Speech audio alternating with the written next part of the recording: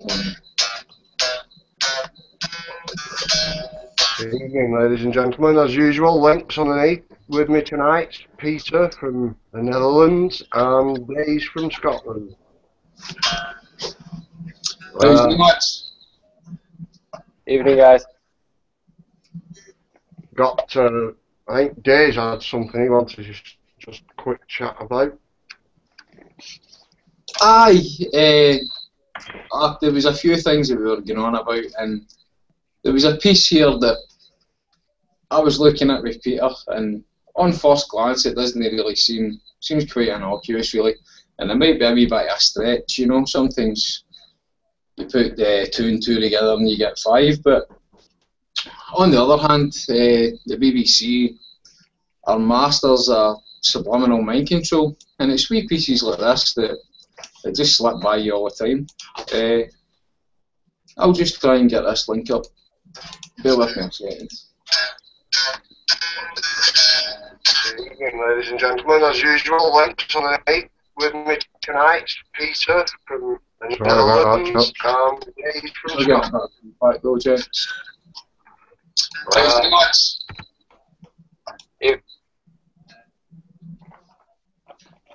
Okay, Doc. That's the audio situation resolved, I think.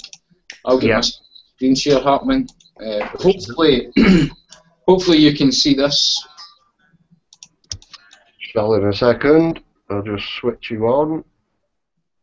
And should see you now. We've got infinity today. If you actually, that's... Okay. I think that should be cool now, eh? Well, we've got a black... Yep. Okay, I'm going to play this video, and the first time, I would say it's one of the ones that you can take your pick for. Anybody that's sort of well versed in symbolism, or you know, these wee clues that they give us. Have a look at the piece. The following report contains some disturbing images.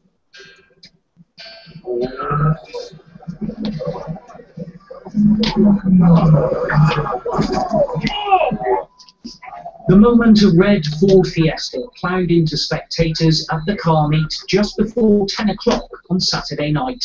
16-year-old Megan Whitlock struck the windscreen of the vehicle. She remembers little about the collision.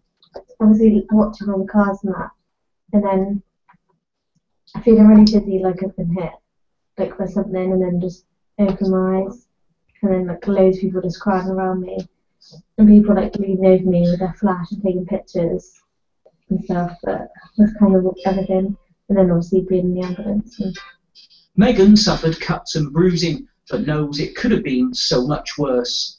I've got to go back, obviously, and have my arm like checked and stuff, but just a case of waiting for it to heal.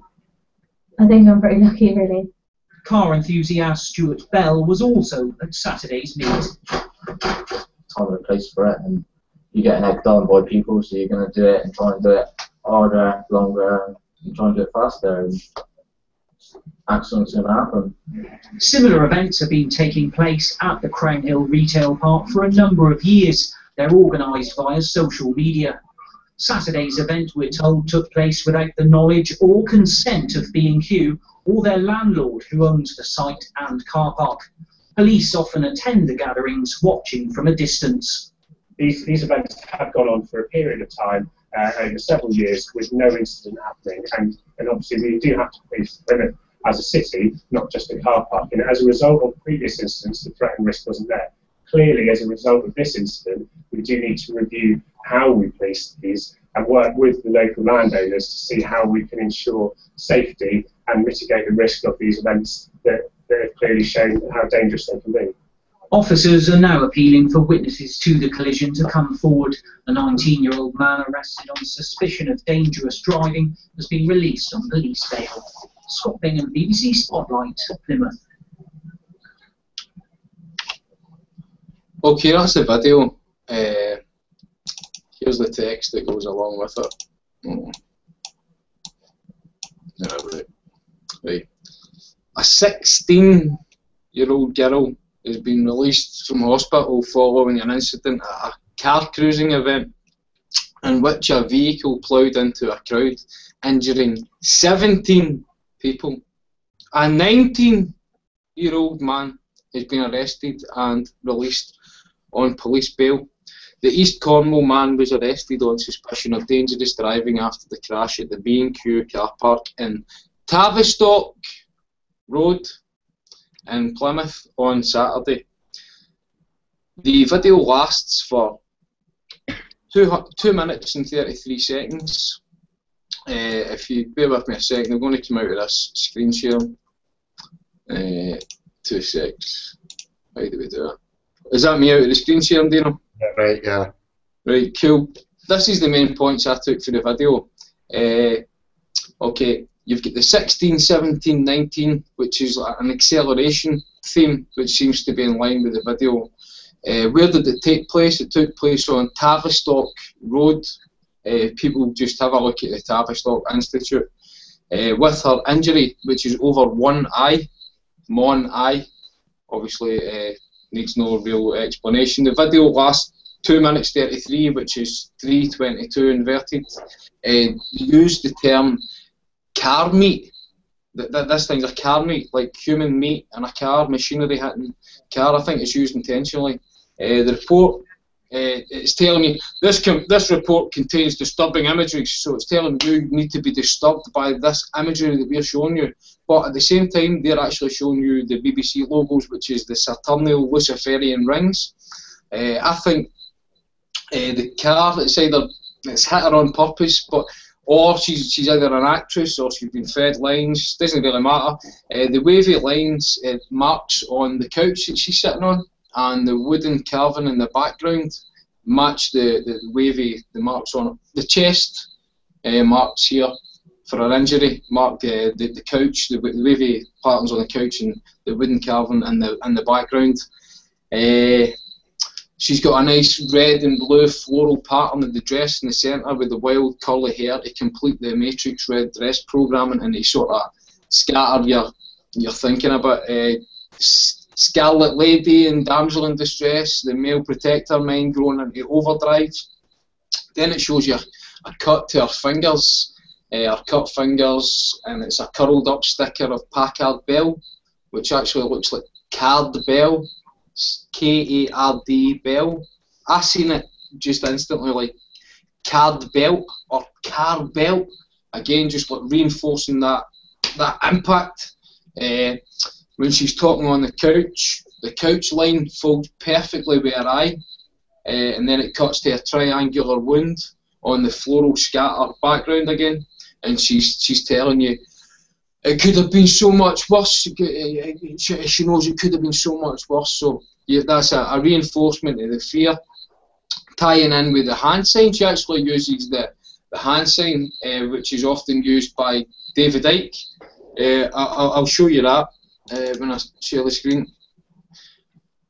2 secs.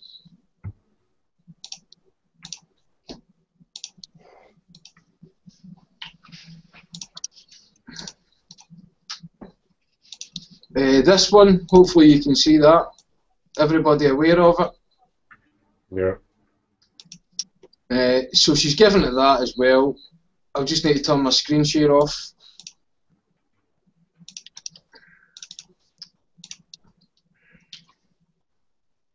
Now then it goes to the car enthusiast Stuart Bell, whose tattoo is a variant on the Eye of Horus, the pineal gland.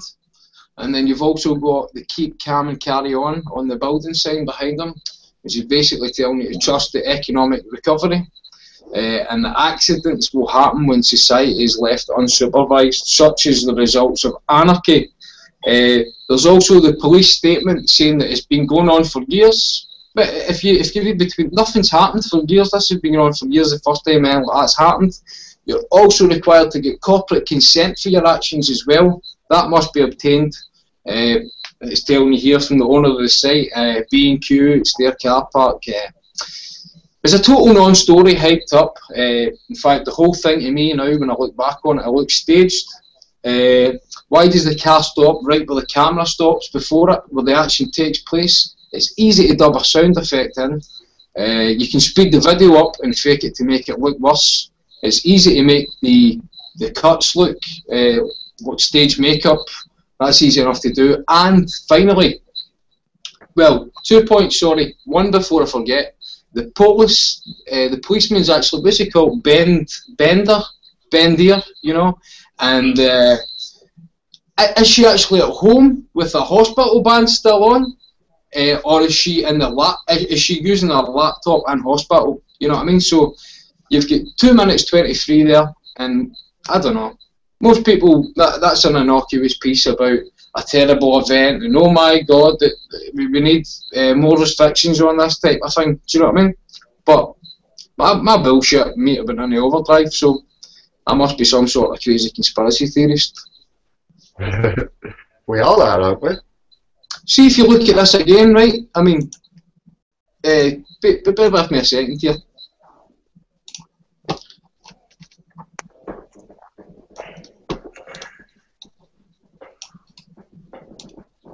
Oh, shit.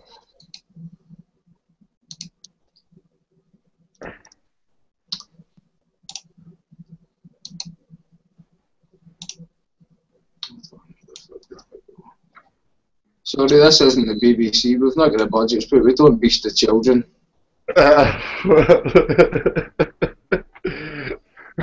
It's done as you see it. Nothing's settled. Well, I can't get the bastard thing right now, and it's maybe not of the most significance when you think of other things. But it was just the point that we were talking about there, Dean. So you can take what you want for it, you know. But I just thought it was worth mentioning. Yeah. No worries. It's like I've been actually painting today, so I've not really looked at much news. It was a little bit that I found yesterday that was I found a bit intriguing. Was I can't remember which pier it was now,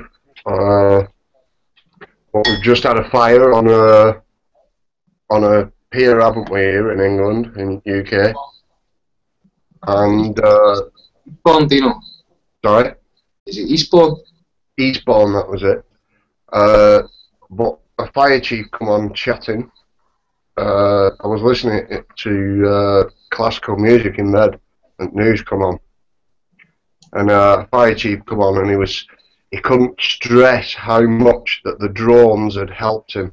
Oh, mate, it's as if we've sat and planned this, right? Because the next two stories that I would like to talk about involve drones, and how you've got the drone operator help to locate this elderly Wisconsin man, right? And then the drones that target the wildlife poachers, you know what I mean? So our drones are so good, mate. I'm glad you mentioned that. Carry on, Dean. Right, so it was just that I was saying, like, he just couldn't stress that without the drone, he couldn't have fought the fire. What I can't understand is before the drones, they fought plenty of fires. That's it. You know, it's even though they've involved the police helicopter in some fires to find the hotspots. You know what I mean? So what they're saying now, the police helicopter and the firemen are actually inadequate at doing the job. It's going to that's it, and it's going to get people crying out for the drones. That's the agenda. Drones are good. Here's your driverless cars, your Johnny Cabs, your pizza drone. You're not going to crash your car and stuff like that. And get your Amazon stuff delivered by drone. Get your Amazon stuff delivered by drone. You know what I mean? Can't go wrong. Exactly. And putting people out of jobs. You go to a Tesco now, and there's nobody to tell us. It's just scan your items and then hurry up and take your stuff. You know what I mean? Next. Didn't we actually hit this subject before while I was up there with you about they're on about completely doing away with what we would call them checkout tarts, completely doing away with till tarts. You know, it's just to have the auto checkout in. Aye, and it even ties in with what they're doing with the police. Obviously, we know they're trying to destroy the public sector, you know what I mean, and they're going to replace it. But what they're doing with the police, they're siloing their job roles, do you know what I mean? So that an old Bobby, like, he would have the respect of the community because he knew how to police, do you know what I mean? But see, the new police, There'll be one's a police liaison officer, the other one's a police photographer or whatever, the other one's do you know what I mean, doing this, doing that. Why can't one just be a fucking police? Why can't they just be a policeman and do a policeman's work? Why do you need to, do you know what I mean? Why do you need to be a glorified photographer, you know what I mean, or a, you know what I mean, some sort of PR guy or something like that, you know what I mean? And you're getting these wild ones that we see that protest we were at last week. The Palestinian thing at Buchanan Street. Yeah. One of the policemen, I kid you not, man, like 2 sleeves, you know what I mean, like the tattoo. I'm not decrying any, but I'm just saying. But they're bringing people in who have now like committed crime, ex-criminals or whatever, call them what you want, you know what I mean. But that's what they're bringing in, and couple that with the fact that you can actually be overqualified.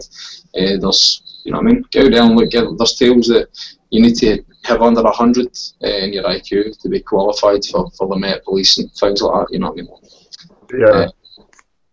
They're taking their pensions off you as well, and I think 40% of you are going to have cancer by 2020. So you think you're one step up the ladder, but it's getting pulled away for you a lot as well in that Blue Lodge. So you need to wake up. Ding dong, it's time to. I mean, pull your head out your ass, because it's going to affect you as well if it's not already. It is affecting you already because your pension's getting taken off you. But that's why you've got red and blue above you in your police cars, because you're compartmentalised individuals who don't know the difference between true right and true wrong, because that's both ends of the spectrum. But they'll never learn, it's beyond them. Most of them, you know, it's tragic. They're victims of mental slavery in that fashion. Yeah. Well, on that, if you want to carry on with the drone bit, before I jump onto it, because it's sort of leading way away from the drones if I hit the next thing I seen. You had the old Pajeta Conservatory in Kenya has been experimenting with the new technology, and they've been saying they're having results with the drones targeting the wildlife poachers. For me though, if you link these drones up with the Internet of Things, you won't need G4S prisoner transport soon with the Eagle Snatch drones. Snatch rate of this guy. 100% success rate, RFID. Minority report. Minority report. It's all over bar of shouting, man. It's all over bar of shouting. No, meetings used to fire out next week on work. Aye. Minority report. All over bar of shouting. It happened because the apathy, the British public, and spineless. I mean, absolutely. Can't speak clearly enough about the majority of them. You know what I mean? Led by the lowest of the low, man. You know what I mean? Paedophiles and child murderers. You know what I mean? See, I was talking to Oxley last night, Oxley Peg, and we actually hit about the old saying of the stiff upper lip with the British. Aye. Turn the other cheek. Keep calm and carry on. That's the new sort of terminology for all that, isn't it? Yeah. I was listening to John Essie's video as well, and he hit the nail on the head as well. You know what I mean? I enjoyed that video. I won't say any more on it, but aye. The one where he was walking his dog. Aye. Yeah, it was a good video. That was class. You've also had the Ebola. That's your new fear, isn't it? That's what I was going to. He said that. Well, he's starting to freak out a bit now, isn't he? Initially he said, it's killing that, you know what I mean? But he's starting to say that we might not be prepared and all that, and they seek to undermine all aspects of the public services and replace the NHS with the heartless American model. So that will tie in with that as well. We can't handle this, you know what I mean? So there needs to be an overarching global solution as well to this problem, this pandemic. That'll be the next thing you see, and then you'll see the virus mutating, and it'll be quite funny because as we were discussing, Dean, it's been in Africa for how long, you know, and then I didn't even start seeing it. changing up and all that. And has there been any news on him that's done a runner? oh, your man. Yeah, best enlighten people on what we're talking about, actually. So one of the guys at the Glasgow Games, he's been tested negative for Ebola. They put him in and tested him, but for Ebola. And then his teammate, his running teammate or whatever, he's fucked off. He's went AWOL, apparently. But that was a couple hours ago that we spoke on that. I don't know the latest developments on that one, to be quite honest. But that's not looking too good. It's not looking too good, is it? It's now here on. Oh, well, it's knocking on the door. Sorry, I'm just having a look at latest news, see if it's on news. Just to finish off as well about the drones, the UK government has announced that driverless cars will be allowed on public roads from January next year. It's also invited cities to compete to host one of 3 tech trials, which would start at the same time. So Johnny Cabs and Pizza John's on our way. Same here. They are preparing the people already with commercials and stuff. Yep. They're coming. There's absolutely nothing about it in news at the moment. I can't see anything. The latest I've seen is that the experts are saying it's out of control now. Ebola? Virus. Mm-hmm. Right. Right at the top of Google Watch, it's... The virus is spreading too fast, says the World Health Organization 32 minutes ago. I can screen share this, man. Aye, I'll just put you on. Which means it's out of control. Aye. Yeah. Or is it a scare tactic?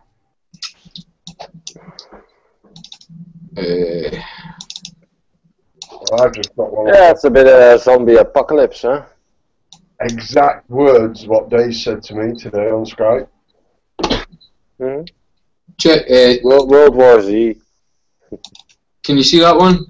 Not at the moment. Just got a black screen at the moment. Oh shit. Yeah, I've got too many open, man.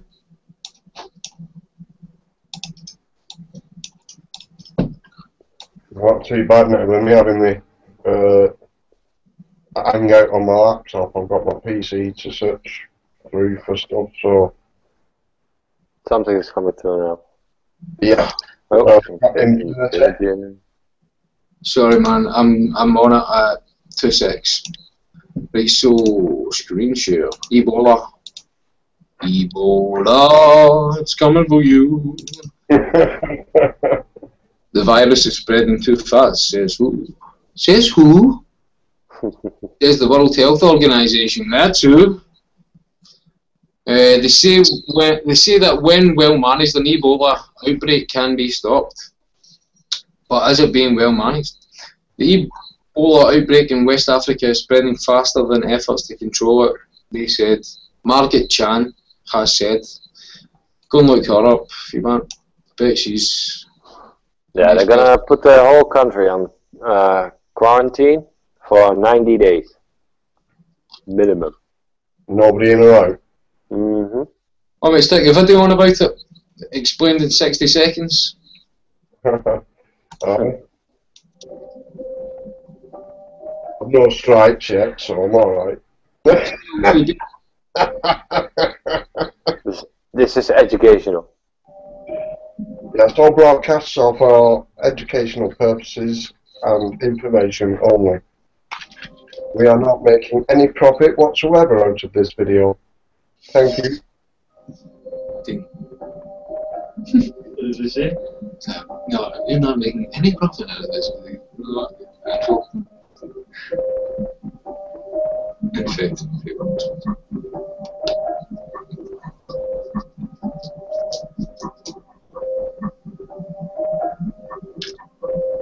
do you think your music's scary enough? They've went with a sort of tubular bells. Ding dun dun ding ding dun ding ding dun dun ding. No voice, just text. Exorcist. Do you know what she did to your hunting daughter? Definitely. Yeah. I was thinking Twilight Zone. It's a bit Exorcist. Exorcist, I say, yeah. What else have we got for these lads? Check this out. Bullshit. Kiev Cathedral launches prayer and guidance app. So if you're needing some quick spiritual guidance, you can get it on your smartphone now. God almighty, they do need it over there. Right enough, all joking apart, you know what I mean? If I was a religious man, I can send my prayers over to them, you know what I mean? But good luck to every one of them. What else have we got, man? Right, an oath for bankers. Oh yeah, fucking hell. An oath for bankers should be introduced to raise the accountability and standards in banking. Think tank, Res Publica. Go and check them out if you want, and go and see who funds them. And You actually hit my next subject, which was the Ebola. what's that, mate? I was going to talk about the Ebola, but you actually beat me to it. You're no faster last kid, though. What can I say? I've just pulled one up here from Mail Online. It's the world's deadliest. Hang on, just take these marbles out my mouth. It's the world's deadliest disease on its way to Britain. Fears rise as the biggest ever outbreak of the Ebola virus rampages into one of Africa's most sophisticated. I better put my teeth back in. Sophisticated cities. Recent outbreaks spread to at least 4 countries in West Africa. So far, it has claimed 672 victims and infected 1,093. Countries affected include Libya,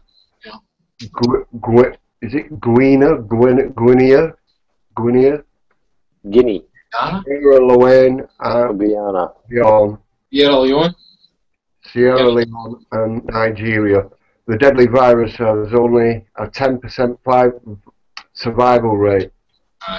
Symptoms include high fever, bleeding, and damage to the nervous system. Nice.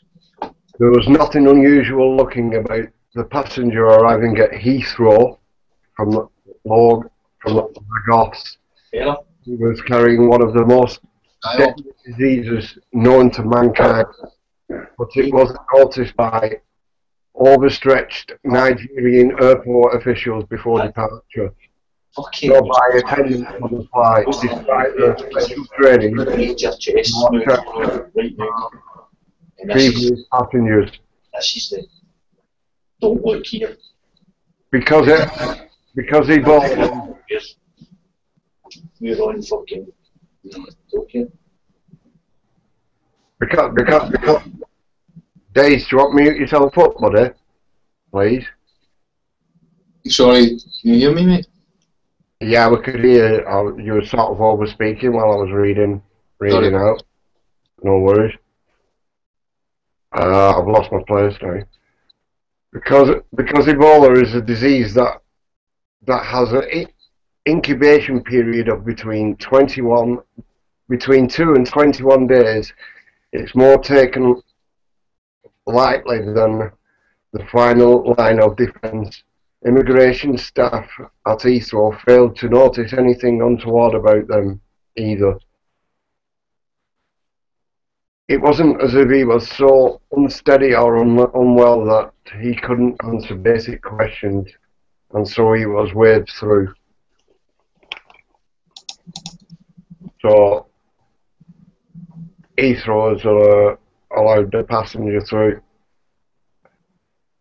It will soon be spreading across the country, killing almost everyone it touched. Fortunately, this is an imaginary Fortunately, this is an imaginary situation. I really thought I was seeing things, and when I read that, that's why I dropped back to it.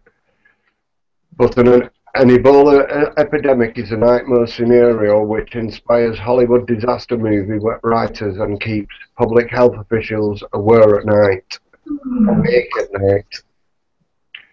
However, there is a widespread alarm among experts that it could actually happen. So they're actually preparing us for this outbreak now, aren't they, you know? Looks like it. Because the disease has spread far for the first time from remote jungle villages to claim its first victim in Lagos, one of Africa's most sophisticated cities, with her links to major cities worldwide, including London. Keep plugging UK, don't we? Well, rather, it's mail. And woe betide anyone who comes close to contact with Ebola victim. While the virus is one of virtue is that it isn't as easily transmitted as, say, an airborne influenza. It is highly contagious if you come near enough to be infected by any sort of bodily fluid. This means not only contamination from vomiting, or bollocks, I'm going doctor, some fucker puked on me on coach on Monday, from vomiting and diarrhea. The next stage after the fever, headaches, but saliva from a kiss, sweat mopped from a brow, or even, it is thought, a sneeze. It is thought. There's more scaremongering in this than anything else, really, isn't there?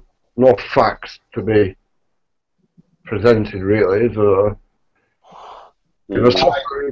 Well, my mate Martin's just saying it's sort of, I don't know, how would you describe it, like,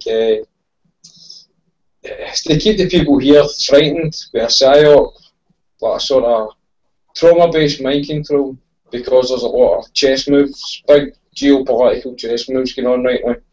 Yeah, all the tie-ins to the UK ain't a coincidence. Yeah. This should relate to the whole world, not just to London and the UK and somebody landing at Heathrow.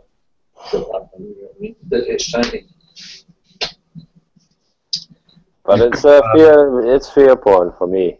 So these kind of diseases can spread in sad to say, underdeveloped countries, but in countries like ours, it's not that easy to spread. This disease. So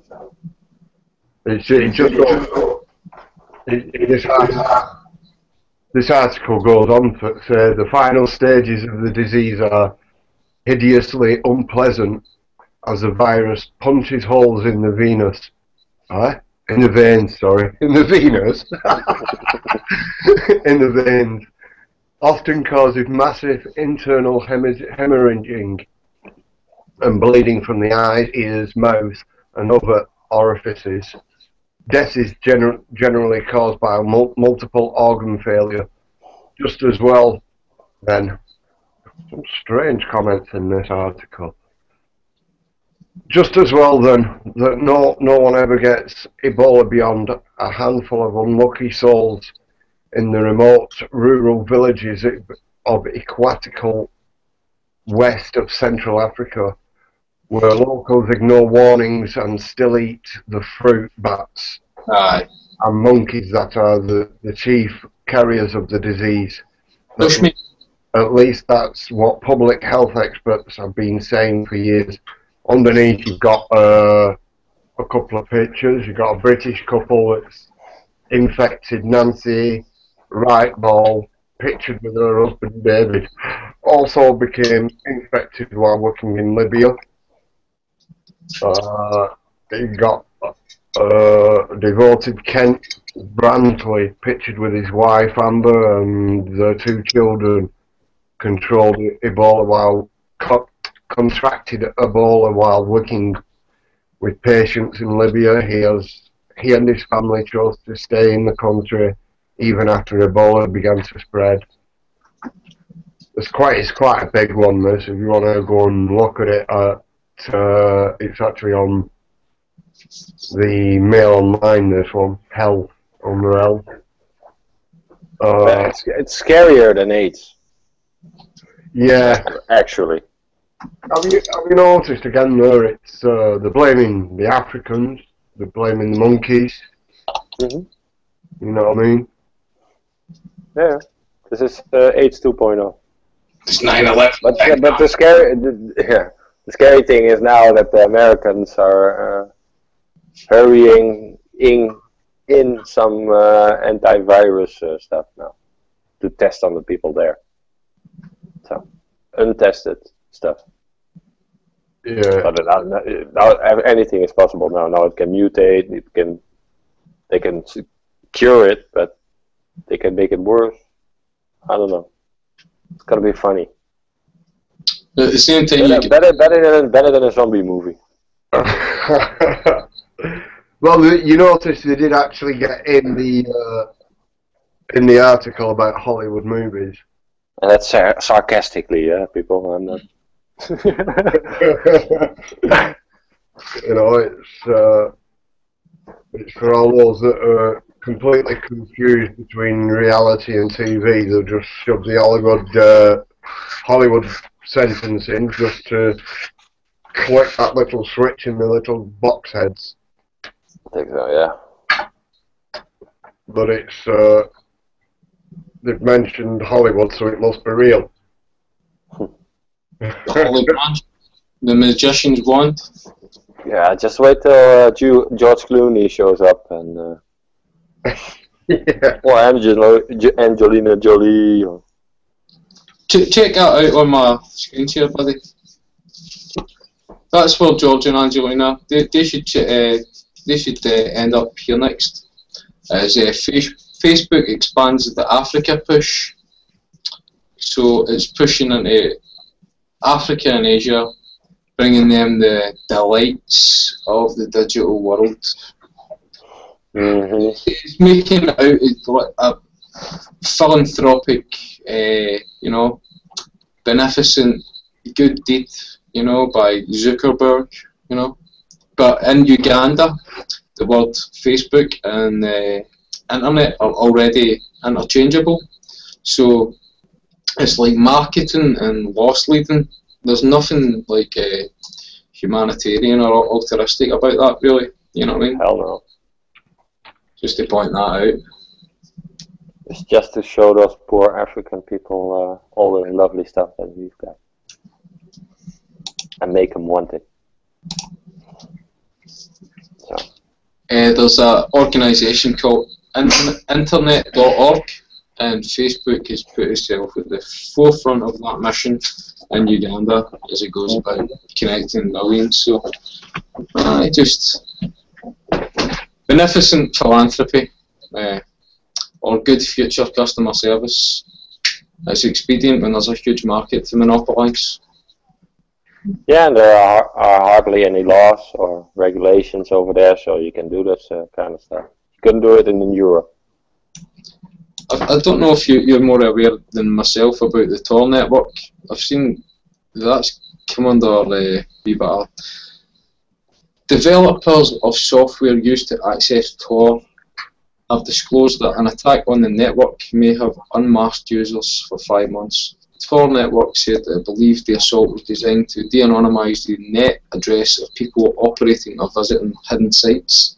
And then you've got Russia offering 3.9 million rubles in a contest seeking to crack the identities of users of the Tor network. It seems to be don't use that, it's really bad, we're cracking down on it and we're going to catch everybody on it. That seems to be the message there. Yeah, or we've cracked it and now there's something else coming on. There's probably some other solution coming along. Maybe Tor 2.0. And just to fill in on information earlier, it was the Sierra Leone mountain bike champion that went missing. after his teammate tested negative, we point out, for Ebola on Friday today. It fills the public with fear. Obviously makes them more liable, more susceptible to whatever agenda they want to introduce. Yeah, it's on the news. I don't know what. Don't open your door. Looks like James is having problems with Link. It keeps kicking him. Been trying to join us. Okay, that's weird. I mean, it took me, about an hour and 10 minutes to get this actually up and running. Because it just wouldn't let me go on it at all. Like I say, I've had to break my laptop out me just to get on Google. As far as it's letting me on my PC, it's just onto YouTube. Some issues last week as well. Wake Up Show. Try to go on that last week. I was just wondering if anyone else in chat room wants try Link, see if it's working for them.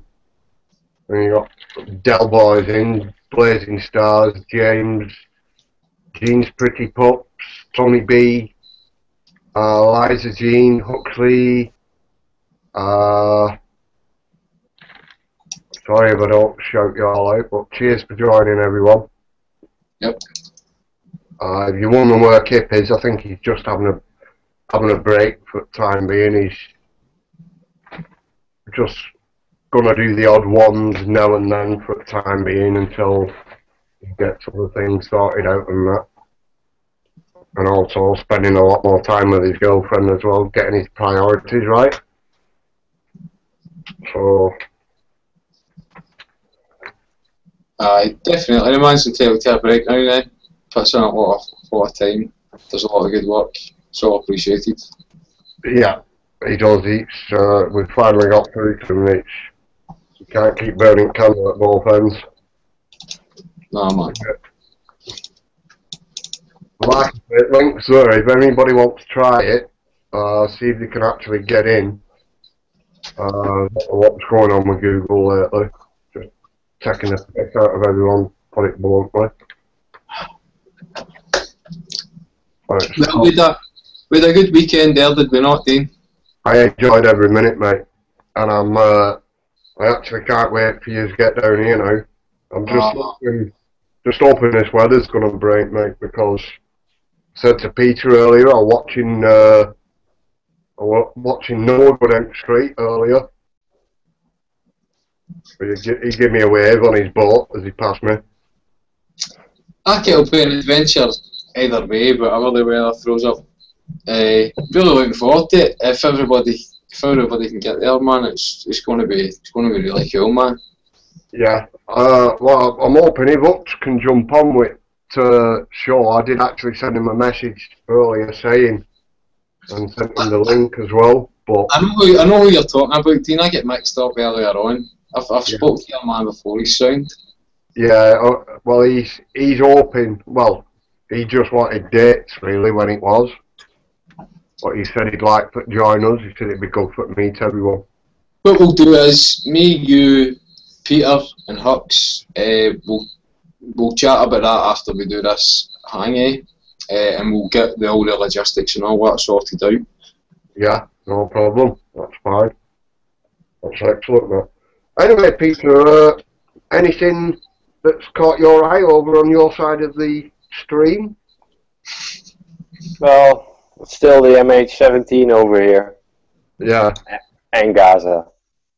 So. Oh, that's. Did you actually see what Russia said now about the satellite that Ukraine's putting false satellite pictures? False information, yeah. Yeah. I've seen it. Totally different pictures, aren't they? They are. Looks like somebody's got carried away with a pen. A bit of airbrushing going on there. Definitely.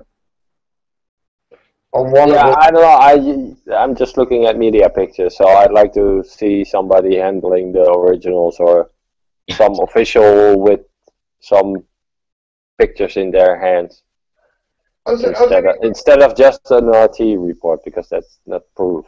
to me. Yeah, exactly. They're obviously pro-Russia, aren't they?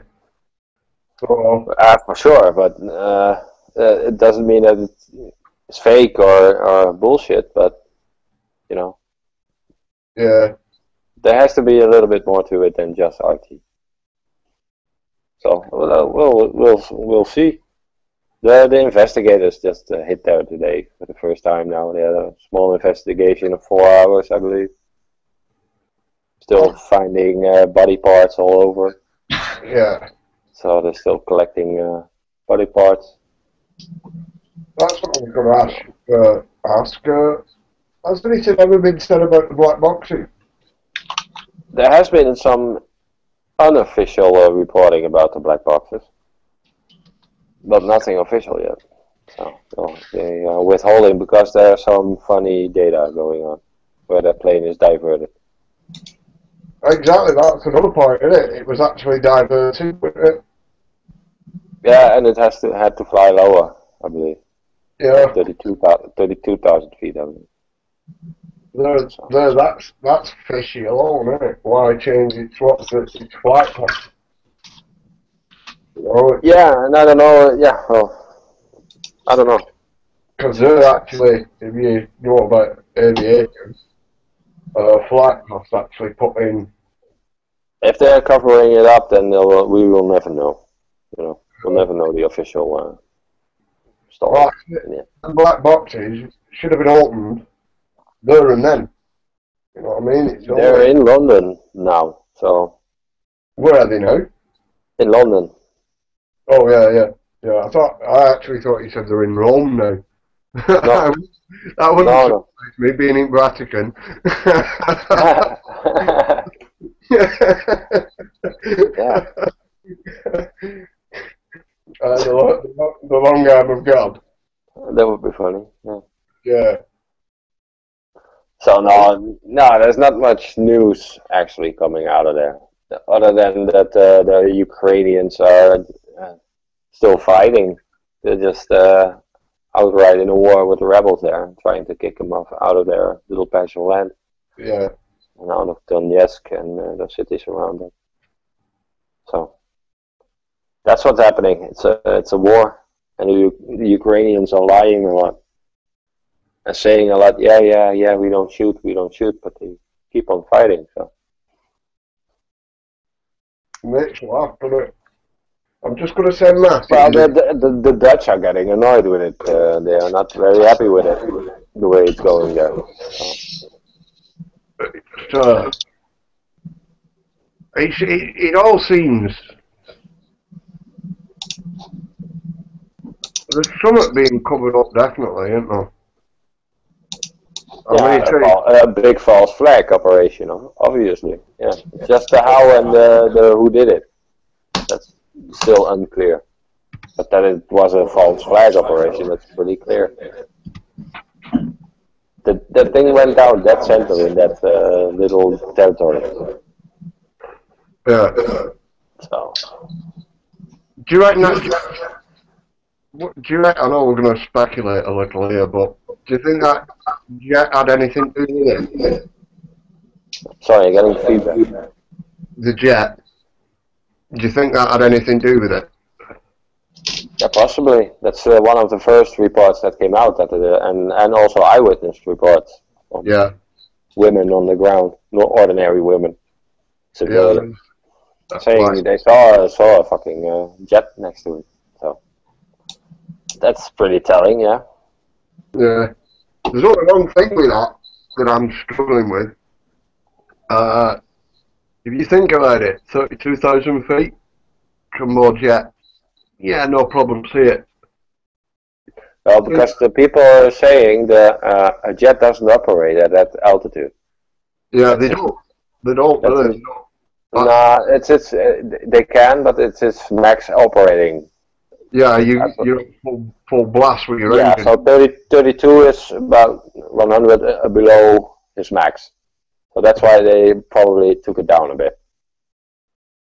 Because you'd have been getting some drag on plane there at that, because you've got thicker air, aren't you? Mm-hmm. So you're going to get a lot a lot more drag on that plane. So Yeah, it was probably flying a little lower, little underneath and behind it. I'd like to know his And fuel. you also shot the engine out, because I think at the way it came down pretty complete. It didn't completely disintegrate in the air. Cockpit parts and Listen, lads, I'm going to check out just now, and I'll catch up with you at 12 o'clock, and we'll kind of discuss what we're going to do. Because I've got my pal, and I don't want to sit and be rude and not speak to him. No worries, buddy. Alright, join us in a while. Anyway, like I say, anyone wants to jump in on chat room, it's no problem. If you want to keep trying that link, I don't know what's going on with it. Like I say, everyone in community seems to be having PC problems or laptop problems or iPad problems. It's just seems very strange. That's the other thing I wanted to mention. Did you see the guy that got his door kicked in at 2 AM here in the UK? He was doing a lot of stuff on leverage bait and other stuff. The bailiff stuff? Yeah, what he was doing a lot on it, saying it was a hoax and things like that. And the police have gone in, booted his door down, took all his computer and everything. Okay. And locked him up. But he's actually out now. He was out quite a few hours after. It was Jam Noise 77 that put the video out. Right. I'm just actually looking for it now. It's a blogger? Was he a blogger? Yeah, he was just a blogger, yeah. I don't know if you've seen the video or not. I've seen a picture of him. I believe I've seen a post of Jam Noise, or however you pronounce it, sorry. Yeah, Jam Noise 77. Jam Noise? Jam Noise? Yeah. I'm lost here. But are there any official accusations? Have they come out? What he supposed to have done, or what he has been arrested for, or? No, there's nothing I've seen. Just Jam Noise's video saying that he'd got his door caved in and took all his laptop and everything. Well, his PC or computer. I'm confused here. Because I've seen that report, but after that I haven't seen anything. So I suppose he's still under arrest or still. He actually come out in the morning. As I was reading the comments underneath, there were more comments coming up.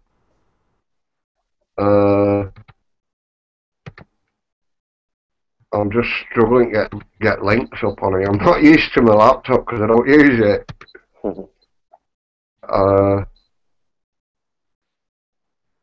Bloody hell. This ain't no multi-million-pound studio here, I'm afraid. No problem, mate. You get what you see. Yeah.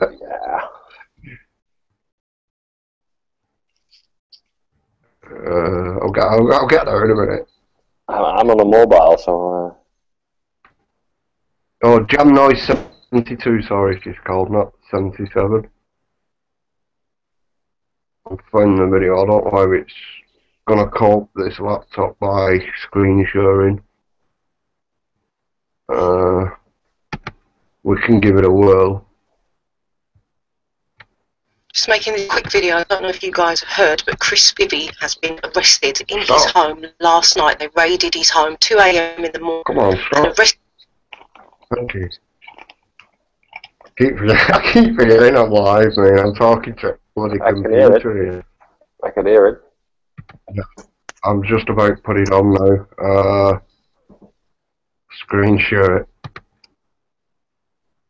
It's I think I'm running this to maximum this laptop. It's a little slow at the moment. Can you see that, Peter? Yep. Right.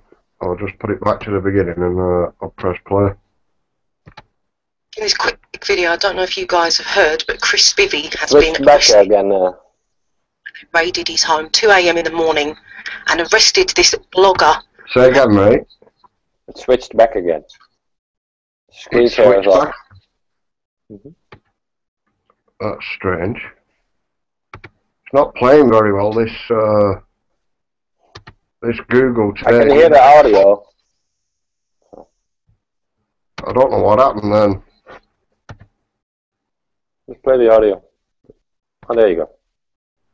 How's that? Can you see that? Yeah, now it's switched back again. It just pops it up and I think... I don't know what's going on. It's Maybe a bit too much, I think, for your... Yeah, it's extracting the U-line. I can see it now. Yeah. Right. Try again, shall we? Can you still see it? No. No? No, it's switching back again.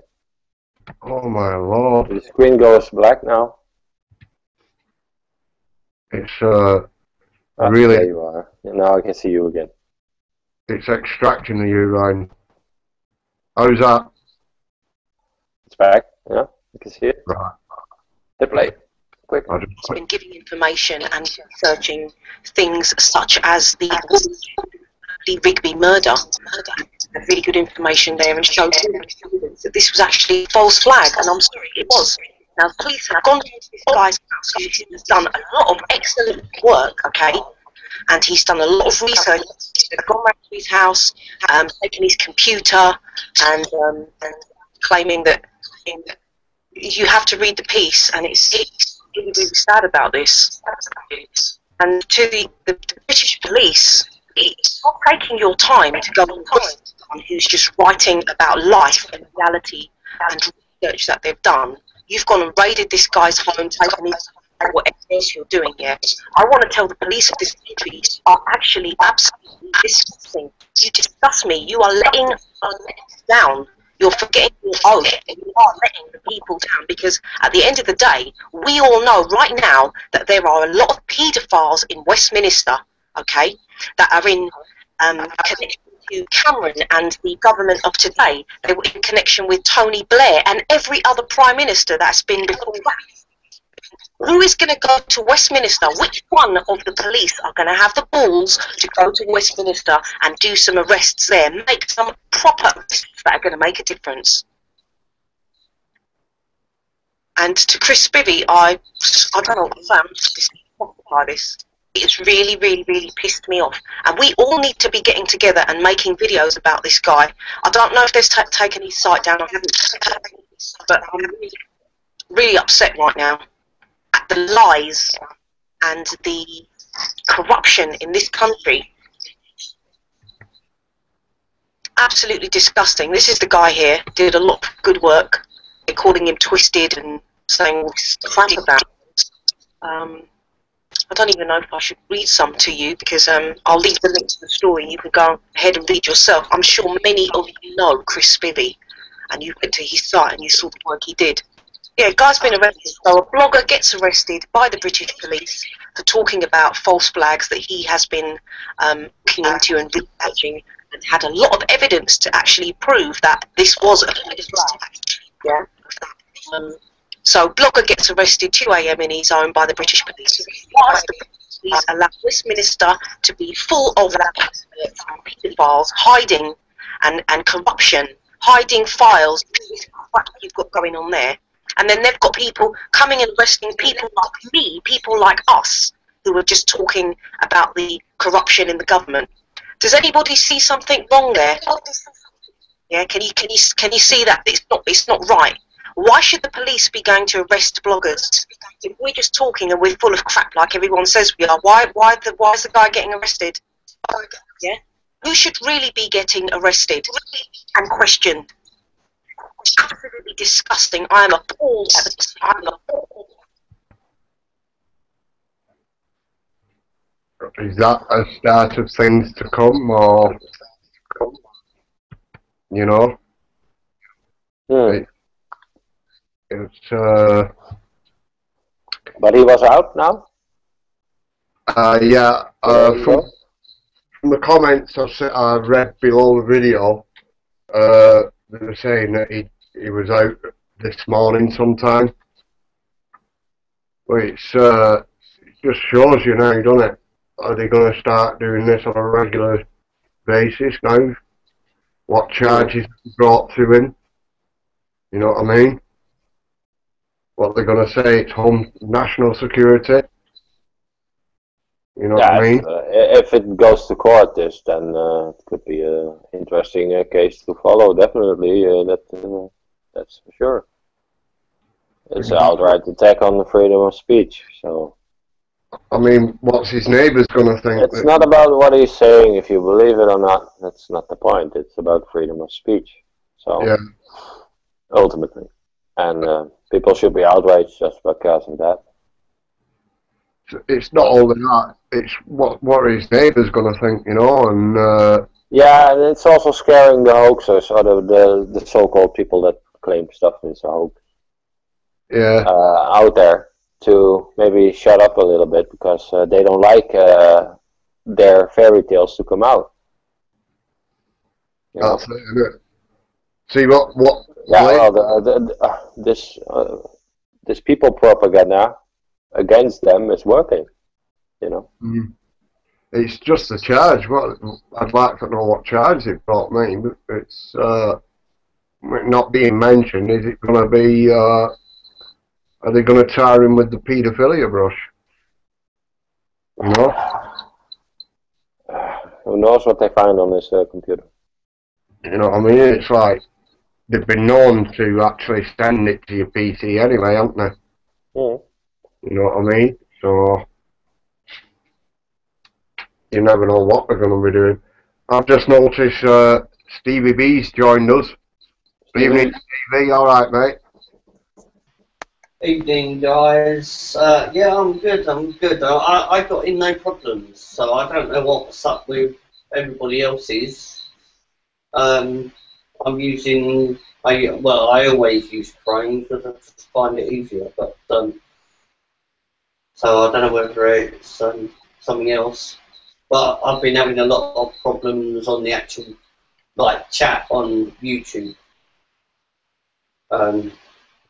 Having to keep refresh every 5 minutes. So it's one of the reasons why I come in, because at least I can actually hear it. Yeah. What you guys are chatting about. You're actually about a minute behind on YouTube as well, aren't you? Yeah. When I come in, you was just showing the video and you'd already finished it by the time I got in, so it was quite far behind. All right. But yeah, I mean, I don't even know who that guy is, but it's quite shocking. I mean, he looks familiar. He looks a bit like what's it out of Sri Lanka? See? Oh yeah. You know, if you actually look when he lifts his arms up, you can see he's got tattoos all up his arms on both arms. But he always wears a long shirt on video. Yeah. Very odd. I've probably probably come across his video somewhere, but you watch that many. Yeah. Accurate. Yeah. No, I did want to clarify something, and the days has gone. But the video of the car crash that happened in Plymouth at the car cruise. I've got the original from the guy who originally posted it on Facebook. it's a genuine video. The actual video is genuine.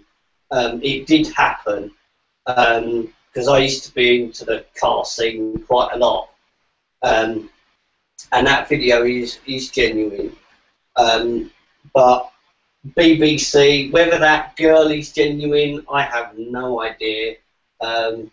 You know, could be. I mean, I just know that the actual original video, the actual raw footage video, is genuine. Came from a mobile phone. Came from a guy who uploaded it to Facebook. Who is not in my friends list. But obviously, me knowing the car cruise people, like near enough 1,000 of my friends on my Facebook friends are from the car cruise scene in the UK because I used to run a magazine and everything. Know this guy, and they're all like, "Yeah, it's a genuine video." Yeah. I just wanted to clarify that. Yeah, I think he was more on the lines of how it gets hyped up and things like that, and how easy it is to do videos. Don't quote me on that, but I think that's along the lines he was getting at. Yeah. I mean, I must admit the BBC video is well. I mean, obviously, I see it because as soon as I heard about the story, I was like all over the websites and stuff, and then I noticed the video come up on BBC, and I was just like, no, it just doesn't add up. None of it adds up. A lot of it. But I do, well, the guy who had the accident, I mean, what an idiot. That's all I can say, man. He has a choice. If you see the raw fit, he has a choice between hitting a car or hitting 17 people. And he hits 17 people. It's a car, isn't it? Yeah. Yeah. Well, what's the first thing you learn when you drive? Anticipate. Yeah, it's one of the first things you learn. Anticipation. So whether you're going to ask about or do whatever, the first thing you do is think of what could happen. You know, like you approach a roundabout. Do I go? Do I stay? You know, it's the same thing. And yeah, I mean, yeah. I've got to say, the first thing I learned behind the wheel, don't be a dick. Well, yeah, that's true. That's true. You've got a big lump of steel there that's a killing machine. Definitely. It's yeah, it's To me, situations like that in car parks where they do the street racing, it should be stopped. Oh, definitely. And they should supply somewhere for them to do it. Yeah. Oh, well, look at. I mean, America does it, don't they? They. I mean, their whole car thing is much bigger than it is over here in the UK.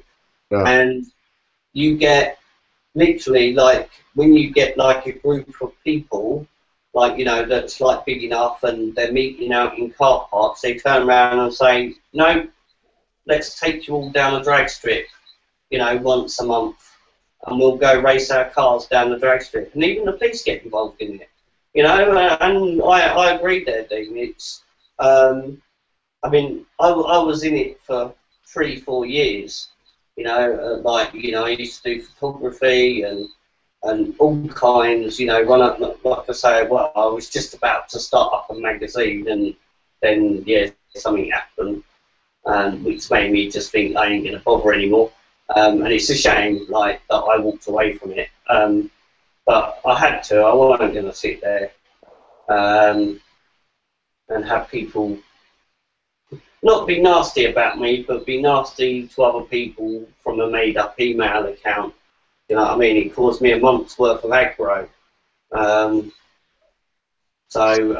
But yeah, in general, I got no issues with people meeting in a car park, and some of the cars are like, I love my cars. Some of the cars are really nice, but when it gets to doing burnouts and stuff like that. It I needs think to the whole be. story is a non-issue, really.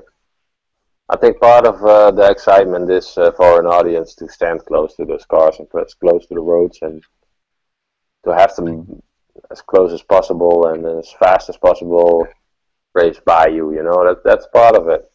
And yeah, they were just at the wrong place at the wrong time at the wrong moment. Yeah. So that's just part of what happens. At the Formula One, it doesn't happen anymore because you're like 200 feet away. You have to take a binocular to watch the fucking race. Yeah. You're better off at home behind your TV. There, at least you can see. Then you can see the cars. Yeah. Exactly. You get a better view. You can't hear them anymore, but that's not a problem. But. No, so I think it's a non-issue, and that cop also said we never had an accident before, so this was the first time, and she didn't even die or something. She just had a fucking blue eye. Yeah. I've seen drunk chicks fall out of the bar and seen more badly hurt than she was. Yeah. So, That's true, that though, isn't it? I've seen a girl fall off a bar stool and kill herself. well, there you go. You know what I mean? Let's ban bar stools. Yeah. That's what It's just a fact of life, another fact of life, you know. When you take risk, or when risk is involved, shit can happen.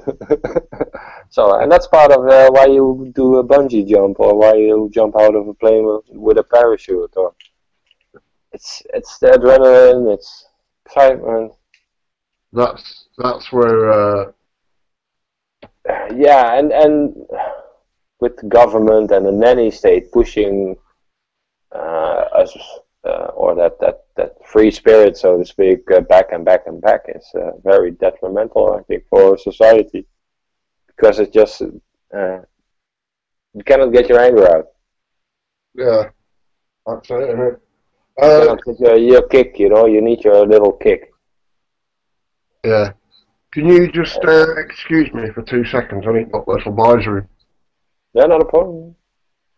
And I You need gotta go when you gotta go, man.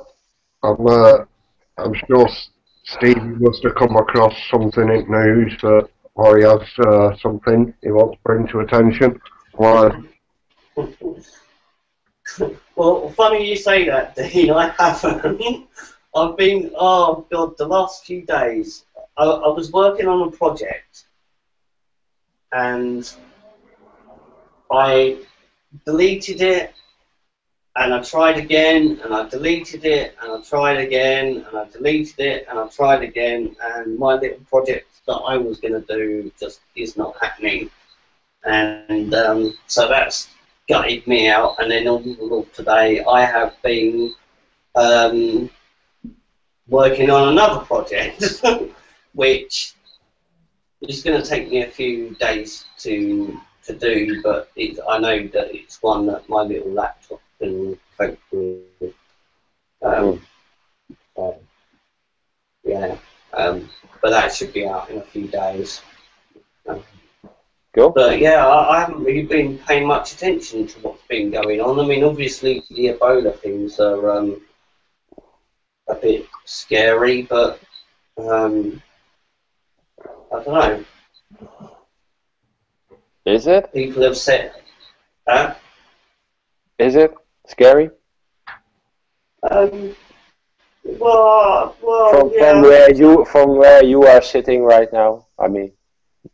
Well, obviously no, but I mean, you see, people have messed around and said, no, well, I say messed around. People have said, oh, it's you know, it's bollocks, it's rubbish, blah blah blah, and I'm just like, well, you know, it is a serious issue, especially with, you know, when you think about how much humans move around the planet, then, you know, and it takes something like 3 weeks before, you know, I mean, obviously they can test and find out before then, but you just don't know, do you?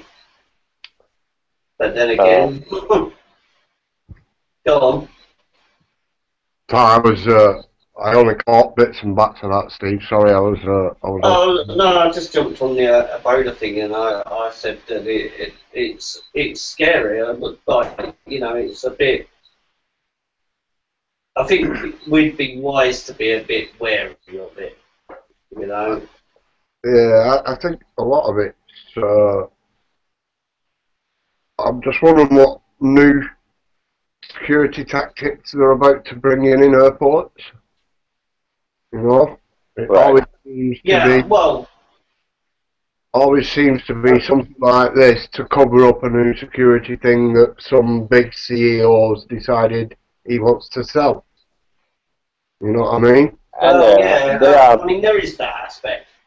What is it? They're putting whole countries under quarantine now. Yeah. I must admit, there is ones where it did actually, the scanning machines did actually save my mate's life. It was a number of years ago when we were coming back from Thailand. I can't remember, was it not SARS? Yeah, could be. It might have been SARS. The bird flu thing. But when NH. It's a full body scanner that you walk through, and it actually picks up the infection. And he was actually glowing red. And they wouldn't let him out of Thailand. But we managed to talk him around, get him out, and as he's gone to the doctors the next day, he had testicular cancer. So, I mean, some ways it can be good, and it's really, above all, it's a bad thing, isn't it? It's just taking more and more of our liberties away, what little we have left. Yeah, I don't know. When I go to an airport, I don't want to go out with a medical diagnosis that I have testicle cancer. So. No, but you were better off going. It was better. Sure, but yeah, okay, but it's how much do they know then? You know, how far does this go? How is this necessary? Yeah, I do understand your point, which is. That's what I was trying to get across as well. How far does it go, and what do we actually say? Where do we draw the line and say, yeah, fine? You know what I mean? It's been on a global scale, it's still very contained. Yeah. Even though it's in so-called 4 countries, but it's mainly still in 1 country, I think. And apparently 5. And it's spreading out from there into 4 countries now, but that's all is up to 700. I don't know. Sierra Leone is the most violent country in the world. Has been for years, I believe. 700 deaths in a month there is pretty usual. So who knows? You know. It's not something that's gonna hurt the population even more as much as they are hurting themselves already. Yeah. I keep picking my mouse up me for control me. Well, it's the diamond pit, isn't it? Sierra Leone. So it's a very interesting region just for that reason alone. So there could be other agendas behind this whole we don't want you in and nobody goes out tactic. I don't know. Yeah. It's Sierra Leone has had its issues for, well, I mean, I don't even know how long, but I mean, I remember even in primary school learning about Sierra Leone, so,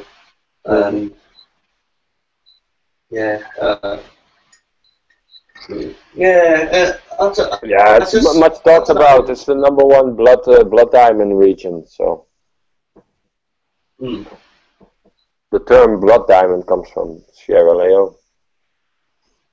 So I think that says enough. Yeah.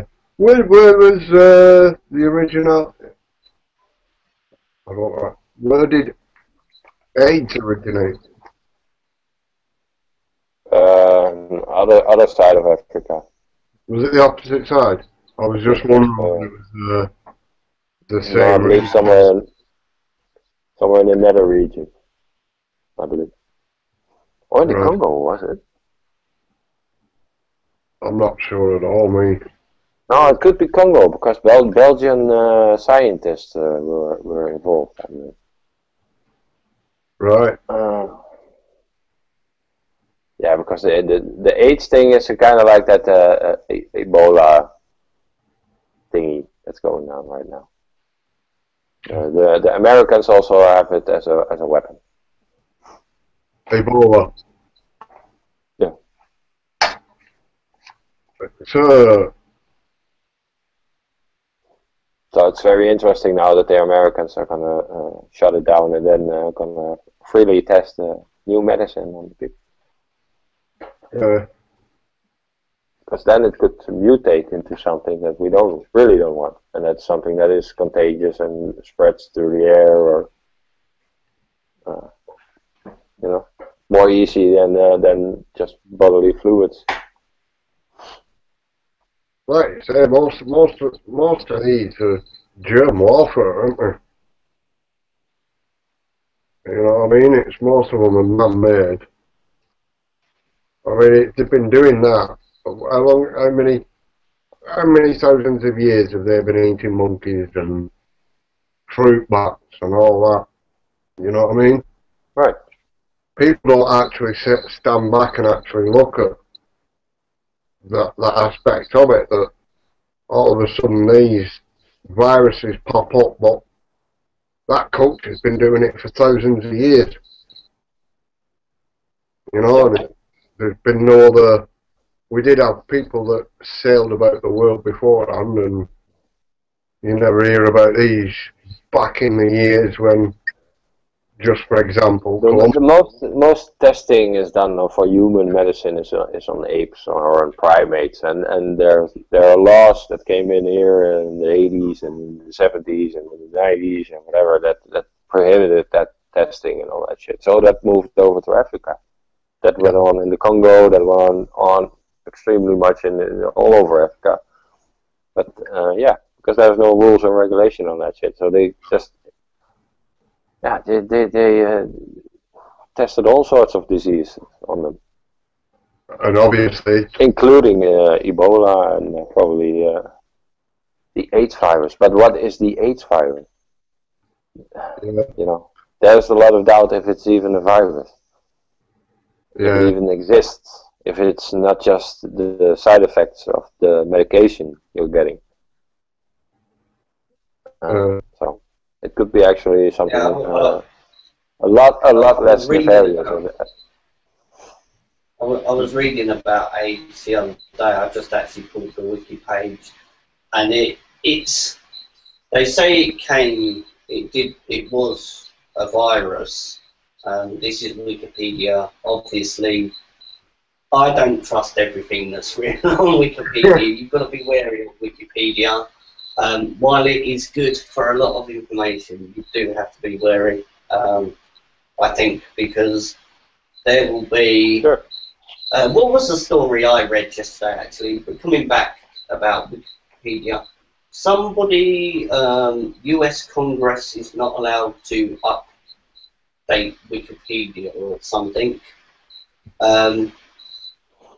which I found rather odd. But I mean, as you all know, Wikipedia can be edited by anyone, and I'm sure governments have their hand in a lot of sensitive subjects when it comes to Wikipedia.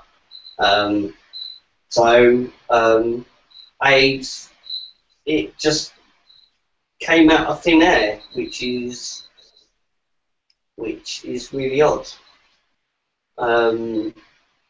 I just, like you said, Peter, there's a good chance that while they were doing blood transfusions and that it was it was through that and all kinds of stuff. I mean, it certainly originated over in Africa, and I pulled up the details there. It was Cameroon, Guinea, Gabon, and Congo is where it originated. You said Congo, didn't you, Peter? Hmm. That's Belgian territory. Used to be Belgian territory back in the day. I believe the AIDS virus, or those animals who had those diseases got out or got set free or whatever. They weren't used anymore, and they spread that fucking disease among themselves. But it's a human hand that brought it in somehow. This is not a natural phenomenon. Exactly. You took words right out of my mouth. Have you been reading my mind? I was going to say it's obvious that they were set free after the experimenting and everything, as they do. So it's like all them will have spread it among themselves, won't they? Yeah. Yeah, look, most of them in the beginnings, all of them died of the side effects from the medicine they gave them. So that proved to be more detrimental in the end than the AIDS virus itself. So and that's changing. That's what you're seeing. That's why people are the AIDS virus is more under control. Yeah. It's because they are getting more and more placebo and more nothing. And they just sell it for a lot of money. That's it. Well, what? I forgot that. Yeah, they got a. I'm not sure what the Belgians were testing back then, but it's some liver disease, and they were testing there on the monkeys. So it's going from there, liver or kidney, I don't know. Is that not cirrhosis? Is it? What's the word for that? Liver duper. Yeah, but that's liver cirrhosis. But yeah. I think that's through heavy alcohol. Yeah, drinking pancreatitis as well. That's with drinking as well, isn't it? Yeah. No, it's something else that affects the liver or the blood. It could be hepatitis, for all I know, or what is it? Is jaundice blood disease? I don't know. Name one. Has jaundice got something to do with your liver? Or you go yellow off jaundice, don't you? I'm not familiar with all the British terms. Sorry. Yeah. Jaundice is when your liver. Is it your liver? Or, yeah, I think it's your liver starts to fail. And it's not very nice at all. It's where you turn yellow. Yeah. Yeah. Right. I was just wondering whether it was that they were looking for a cure. Then it's end stage. Yeah. Something's failing totally. So you either get a transplant and fast, or you're gone.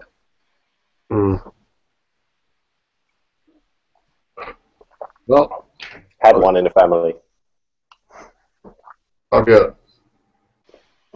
But they turn really yellow, yeah. Even the eyes and the white in your eye. Yeah. That's complete yellow and yeah. Yeah, one of my long-term friends got jaundice from lots and lots of drug taking years ago. They were told that if they didn't stop immediately, that would be it. It is treatable to a degree, but like you say, Peter, it's like the older you get, the harder it gets, basically.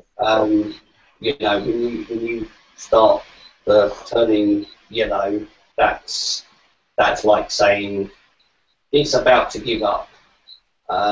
Pretty much completely shutting down.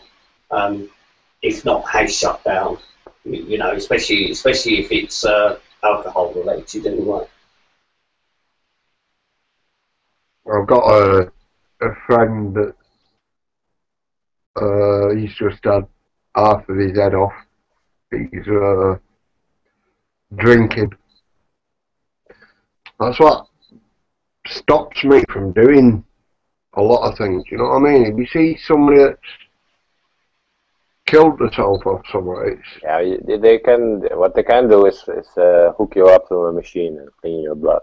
yeah, it's like So bypass your liver, and then those machines are going smaller and smaller and smaller, and you got almost got the a pocket one. Yeah, internal system. Yeah. So there's a solution for that coming. That dialysis, that. Mhm. Yeah. Yeah, he was on that. He'd gone Yeah, yellow. new ways to make blood, fake blood. You know, there are all tricks to do it. Yeah, they've been doing that now, haven't they? Mhm. Making blood. Yeah. But what's in that? Aspartame. Enough to carry some oxygen to your brain. Yeah. What brain? Their brain. I'm getting a pee. Yeah. No, I think the medical stuff. It's yeah. It's kind of sad that it's not that kind of stuff should be in Silicon Valley. You know, the nerds should look at this stuff and make healthcare and all that stuff affordable and easy and practical and easy to do. You get a lot of that wearable shit now. A lot of people are afraid of it. There are some benefits to it. It's just don't fucking hook it up to Big Brother. Try and keep the data to yourself somehow. If that's still possible, I'm fine with it. If I have to hook it up to fucking Google, my Google account, no thank you. Can you imagine that? Oh, Peter had an erection today. Twice. Soon they'll be making like your like, Viagra order has been cancelled. Mechanical eyes, you know, like transplant eyes. Years ago about eyes, what they've connected to the optic nerve and everything. They've played about with all that. No, I know they played about with it, but what I mean is like ones that like, like so you can see the real world, but you can also log on to Google as well just by like winking or something. Mm-hmm. Google Eye. Yeah, Google Glass. Yeah, Google Eye. 2.0. Yeah, that's definitely gonna happen, but it's gonna be directly transferred into your brain. That picture. They're not even gonna put. Maybe there's a lens coming or something, but I think that's even too much. I think. If Apple is gonna come with something amazing, it's gonna be something like that. But that's 10 years in the future. Well, they'll already. It's 10 years when we see it. Yeah, when it's commercialized, you know. Yeah. When it's for everybody. But I think the Silicon Valley guys, they should look at the medical not the fucking who make those fucking machines? Philips, Siemens. I'm not sure. Those big conglomerates. GE, General Electric, builds those machines, the medical machines. Yeah, they do. Yeah. You know, it's all in those hands, and I don't like that. That's healthcare should be the first thing that should be open sourced, and then you get cancer out of the way in no time, because everybody's going to jump on the marijuana and build some amazing pipe that cures all diseases. Horrible. I don't know, but horrible. Ball like Jesus. Yeah, well, that's the way I look at that stuff. You know, I think that's how society should work. The first things first, and that's health. I think. Yeah. That's a good health. And work, and all that stuff comes second. So why not fix that first? So we all have a good. We don't have to go and sit in and wait in the fucking doctor's office for 3 hours before we get a grumpy son of a bitch for 5 minutes saying saying look at your prescription on Google. Maybe Google knows what it is. You know, it's what Kip had. He went to the fucking doctor and she said, look at Google. Look on Google. She printed something out from Google. Yeah, it could be this. You know. What? You don't need a doctor now, do you? Nah, man. You're better off with Google. Yeah, just put your symptoms into Google. Yeah. That's it. You're done. You know what I mean? Yeah, well, that's the way it's heading, you know. And Google knows it. Yeah. So, and that scares me because I don't wanna, you know, Google telling me, oh, you didn't have an erection for a week. Can we suggest some Viagra for you? You know? Yeah. You get those ads. Bigger leads. Because if you have that wearable stuff, it can fucking monitor a lot. I don't know what it's like with your doctors over there, but I know with ours, we go in and they do exactly the same. They'll just ask you your symptoms and then they sit there and type it into a computer. Mm-hmm. And yeah, the only difference is, he can write a prescription and I can't. Yeah, exactly. But we don't need. But all I need is that fucking notebook and scribble something on it. Yeah. There you go. That's a new one for Google. Google prescriptions. Yeah. Well, I believe they're working on that shit. I better earn my million now, Google. Well, they're actually working on that shit because they are comparing medicine now with each other and what the side effects on each other are and all that stuff. So they are working out now which combinations are not so good and better. You know? And for this they need a database on all those medicines, and Google is doing this. Well, Google has it anyway. They only have to run robots through their search engines.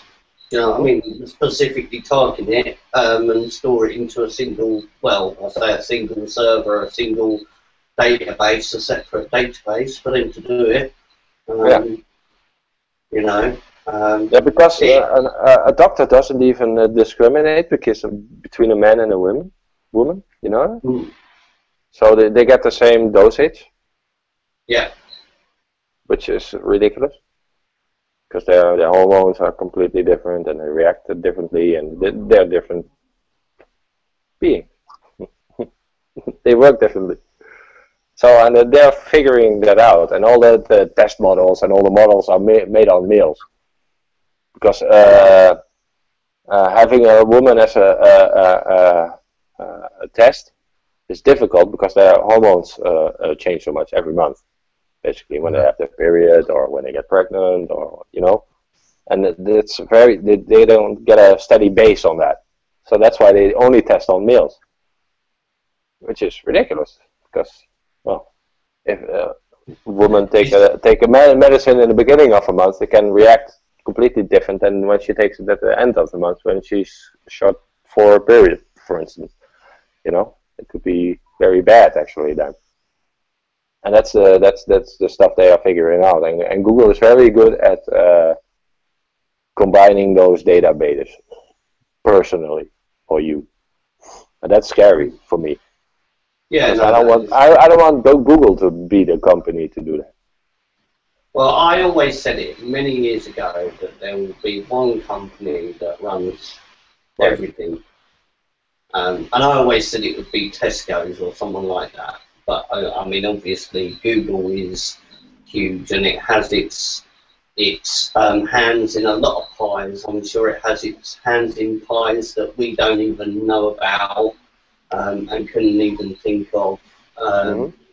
You know, I mean, they're well into their robotics. It wouldn't surprise me before long. I don't think they've got one, but because I think there's only like a couple of them. But what are they? The nano computers or whatever that? Do you know those really hyper fast computers? Quantum. That's it. Quantum computers. So I'm sure with their robotics companies and that. And I watched a documentary last night.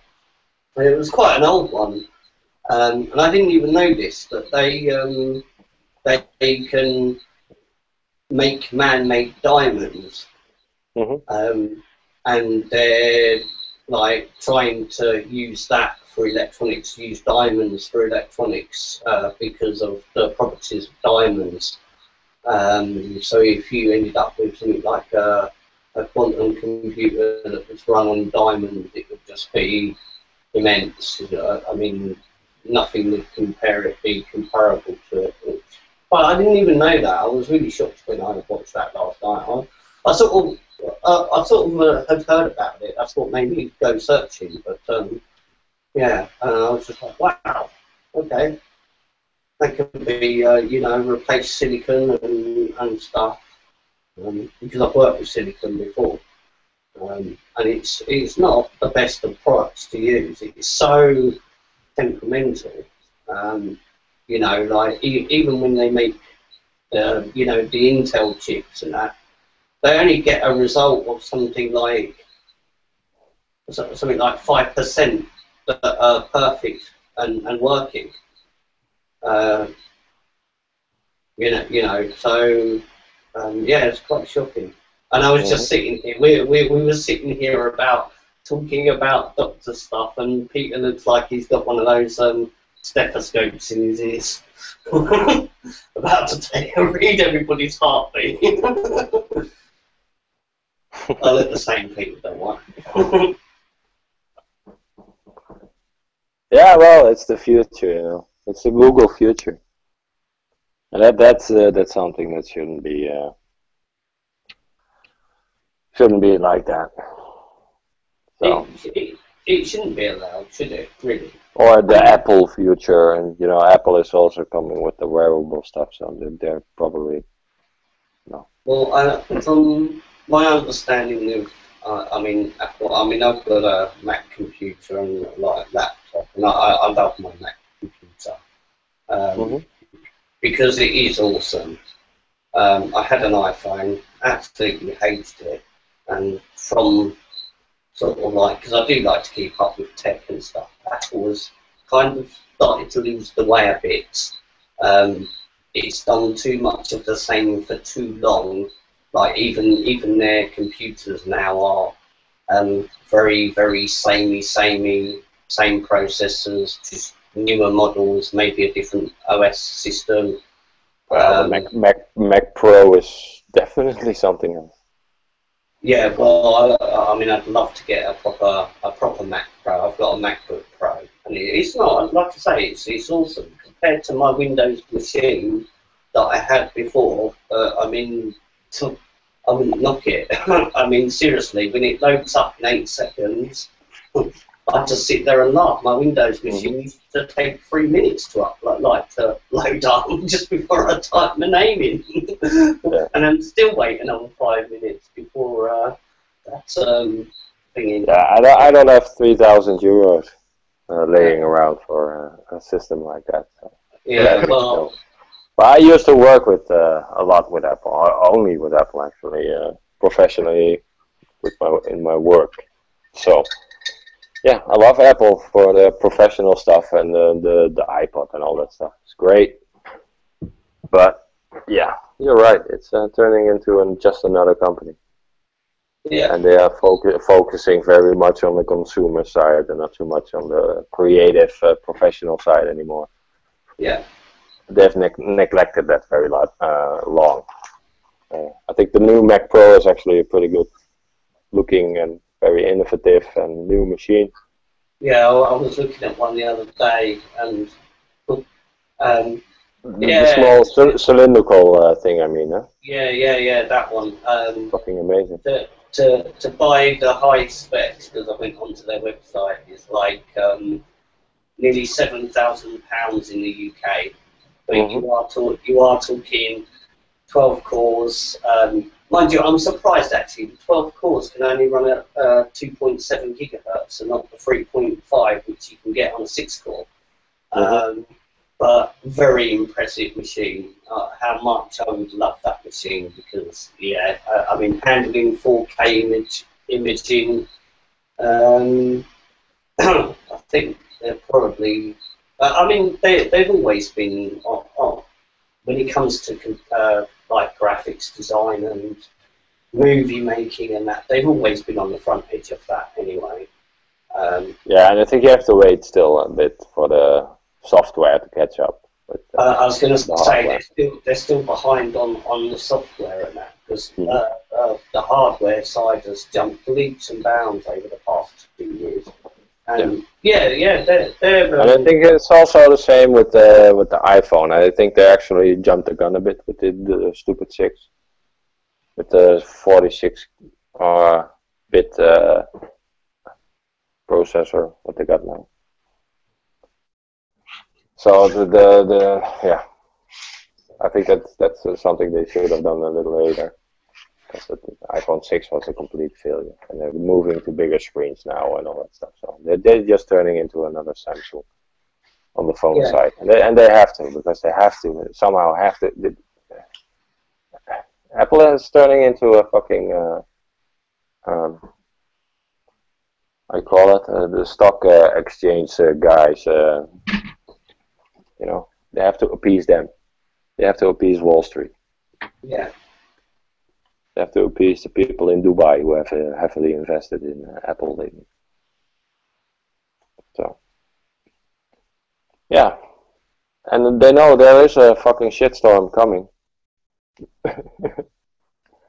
So it's now or never. So they still are trying to rake in on the profits as much as they can before the market really shifts over to Asia. And well, is he going to move that way, or is he going to die before then? Because I mentioned him before. I watched Gregory Manarino's video today, and he's he thinks that the stock market really is literally about to crash. It took another. Well, it was all over the place today. The markets were so. He's like, it looks like it's it. We'll see. We'll see. I mean, people have been on about it for years, but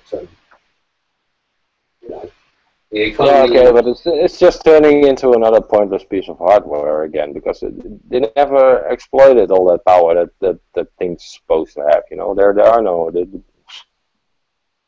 You know, why put a fucking big processor on a small screen, hardly usable phone? You know, they and Apple wasn't about that. They said, okay, if a 4 megapixel camera is good enough to make a good picture, then we don't need an 8 megapixel camera. And now it's like, oh no, we need a bigger this, and we need more of that, and we need, you know, it shouldn't be about that. It should be about usability, and if you can have it for like 2-3 years and still have it work. Yeah. Those things don't come cheap. You know. But yeah, well. I got a shitty Samsung phone, and it works fine for me. I like it better than the iPhone actually, so I don't like it. Samsung are leading the way in mobile phones, I think, at the moment. Well, if you look into Samsung, there's only actually the screen that is actually Samsung made. Yeah. All the internal parts are actually Nokia. Right. Yeah, no, I know that Samsung pretty much screens and lenses these days is pretty much all they make. They don't make much else. Pretty much all their chips, anything like that, is all outsourced. They make the screens for the iPhone. Yeah. They've got that down to a T, I must admit. The screens are pretty decent, aren't they? Yeah, if you look at that 4K stuff, that's pretty amazing. I've not been on that yet. It's I'm still lagging behind in technology. No, I can only watch that stuff at my local electronic store. I don't have it. I wish I had it, but yeah, I've seen a big screen they had there, a curved one. It's ridiculous. It's senseless. It's completely ridiculous, but it still looks great. I do a lot of recycling. Everything, more or less everything I run's been built by my own hand. So. Yeah, there is nothing running in 4K at the moment, so it's pointless to have a TV like that right now. The only things running in 4K is in the movie, like in the actual movie theatre, and even that probably isn't because they're projectors and stuff. Probably aren't 4K compatible. But they are already running into capacity problems then with the Blu-ray. If they want to pack in all the extras and extra videos and all that stuff. Because it's 4 times as heavy as a regular HD. Yeah. I almost bought a 4K camera when I purchased my little handy cam. I was pretty much I decided I was only going to spend 300 quid, but for a grand I could have bought a 4K camera, and I almost did it. I was so tempted just to buy the 4K camera, but then I sat there and I was like, nah, I just can't do it. I can't do it. I'd rather have a small camera. It's good. It's like my little camera's good. It produces good quality. I've only taken it outside once, but yeah, it produces good quality video, good quality HD video, good enough for the screen I've got for probably larger screen. You're gonna run in. How are you gonna process 4K stuff on your PC? Exactly. I wouldn't be able to process it on a laptop. So so the only way you're gonna play it back is through your camera, because there's nothing in your home that could actually play that back. If you put it on a USB. It'll be 4K on a stupid little screen. Yeah. It's pretty pointless. It's pointless. They're designed. That's like having a 20 megapixel camera. That's also bullshit. Do you think? It depends, because I did photography, and before I bought this camera, I had a Canon 7D DSLR. I'll show you guys some pictures. Maybe I'll make a video. Okay, there you go into the more professional cameras. I'm more talking about the smartphone. And because these needle point lenses and these needle point cameras, they just catch so little light, so there's so much. Only so much they can do with that. I mean, this is it. And this is what people don't understand about cameras. It's all very well having a phone that shoots an 18 megapixel picture, but there's absolutely no point having a phone that shoots an 18 megapixel picture, because you've got no control over the light source, like how you control the light that comes into the lens. So at night, when you take a picture at 18 megapixels, chances are you'll get loads of noise on it. And I can show you some of my dark photos. I've got a great one of London somewhere. But literally being able to control that on a DSLR makes sense. When you've got 18 megapixels and you're using a proper camera, it makes sense. And like going up bigger as well, because then obviously you're talking billboards and that, you you would Yeah, but start. that, with a camera that you can play with shutter times and all that stuff. So that's you cannot compare those, you know. And throwing 20 megapixels on a fucking smartphone is just trying to sell you something. Yeah, it's like, bullshit. I mean, don't get me wrong, because you can take good pictures with these cameras. No, the software is getting better and the hardware inside is getting better. So the processors are getting better, so they can process those pictures better, so they can make it look better. Yeah, but a compact camera will never ever beat being able to control how you take the picture manually. As a photographer, we always used to say, like, get it right in camera. Yeah, all photographers say that, get it right in camera. And that means being able to manually adjust all the exposure settings, because there's a lot, you know, it's technical. You have to, when you're a photographer, you have to be very technical minded. You can't just pick up a camera and go, hey, because I could easily pick up a DSLR, put it in automatic mode, fire it, and get the same kind of quality picture that I'll get off a phone. Yeah? But being able to control that side of it, yeah. Yeah, that's why most of those press pictures you're seeing are staged or set. Yeah, yeah. Because they have to wait for the lighting. They have to wait for. Look, if there's a cloud in front of the sun, that picture is fucked.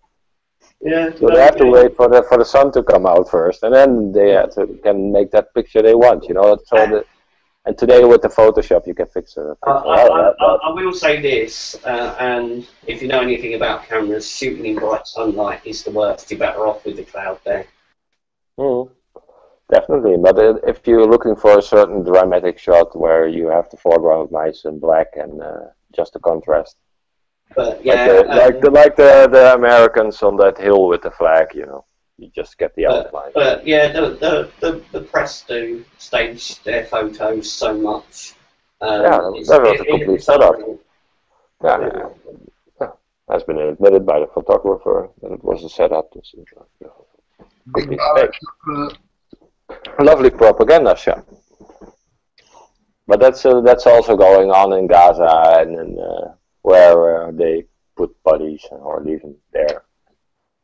Drag kids out that aren't really hurt. Or in Syria, or in Iraq, or wherever. It's to create a dramatic picture, and often it's not the people that want this; it's the camera people that want this. They ask for this stuff. So they're just saying for them that sells. That stuff sells. They can sell it to CNN. They can sell it to everybody. It's business. They're just saying in the chat room, the chat seems to be moderated and everyone seems to be having problems. Right, I can never know whether I'm pronouncing his name or not right. Is it Ryziak? Ryziak saying, considering the vast distance amongst us, the enlightened, and the future we see unfolding before us, Morse code should be a hobby amongst us. Learn it like the back of your hand. Blazing saying something's brewing. I agree with that, Blazing. I really think they're going to have a major crackdown on us all and try and stick some bogus charges to us. It's like I was saying earlier, like the lad that's got raided early hours this morning. What charges have they put on him? What are they going to brand him with? What are his neighbours thinking now? You know what I mean? It's going to be automatically, they see him walking out with a PC in a clear bag. People put 2 and 2 together and get 5 and think paedophile.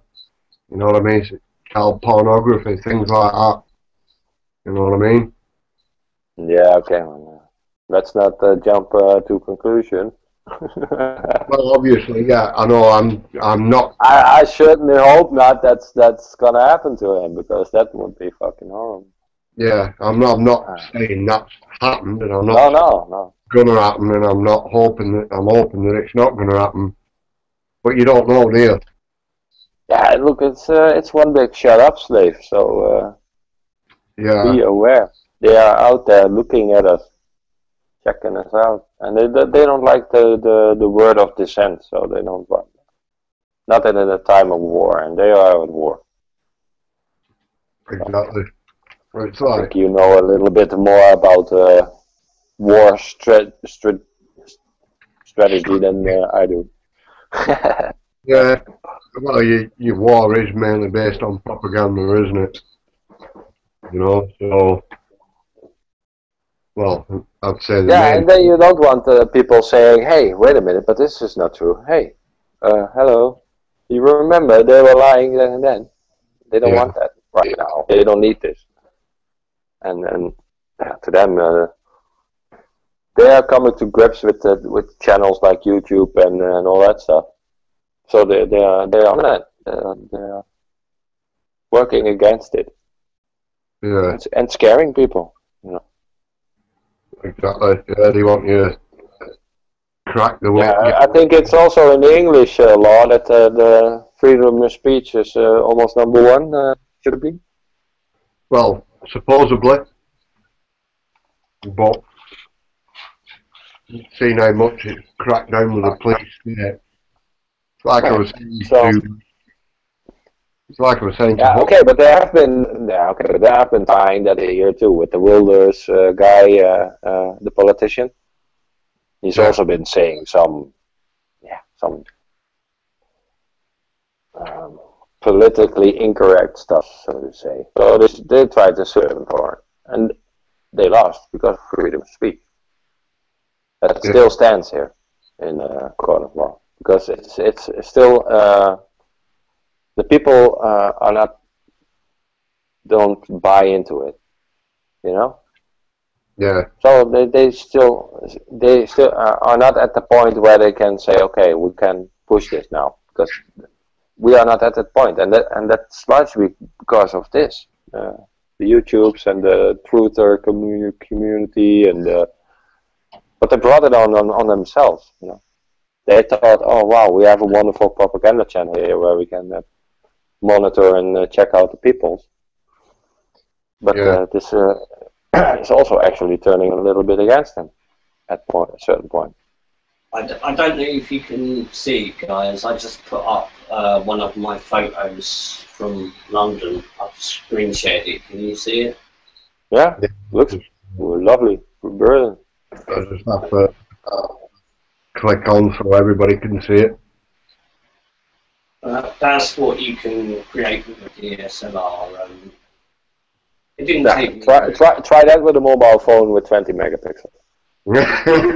It just won't work. But I just thought I'd share that. I mean, I've got loads of images. I won't go through them all, but I just thought I'd share a photo that I am very, very proud of. Won quite a few awards of that. Been in a magazine. It's wonderful. So, yeah. Nice and clear. It almost has that high dynamic range effect on it, just naturally already from the. I was going to say it's not HDR, but no, but it has that. You know? Yeah, it does have that. Believe it or not, that's actually the low res version. That's one that I've saved out. That's a JPEG that I've saved out from the original. Because obviously the camera shoots in RAW. Did you tweak it a lot? Sorry? You shoot in RAW, so in 4 separate colors? Yeah, I shot in RAW, yeah. And then in Photoshop you... In Photoshop, all I did was I've sharpened, obviously, the buildings, and I've softened the water, and that's about it.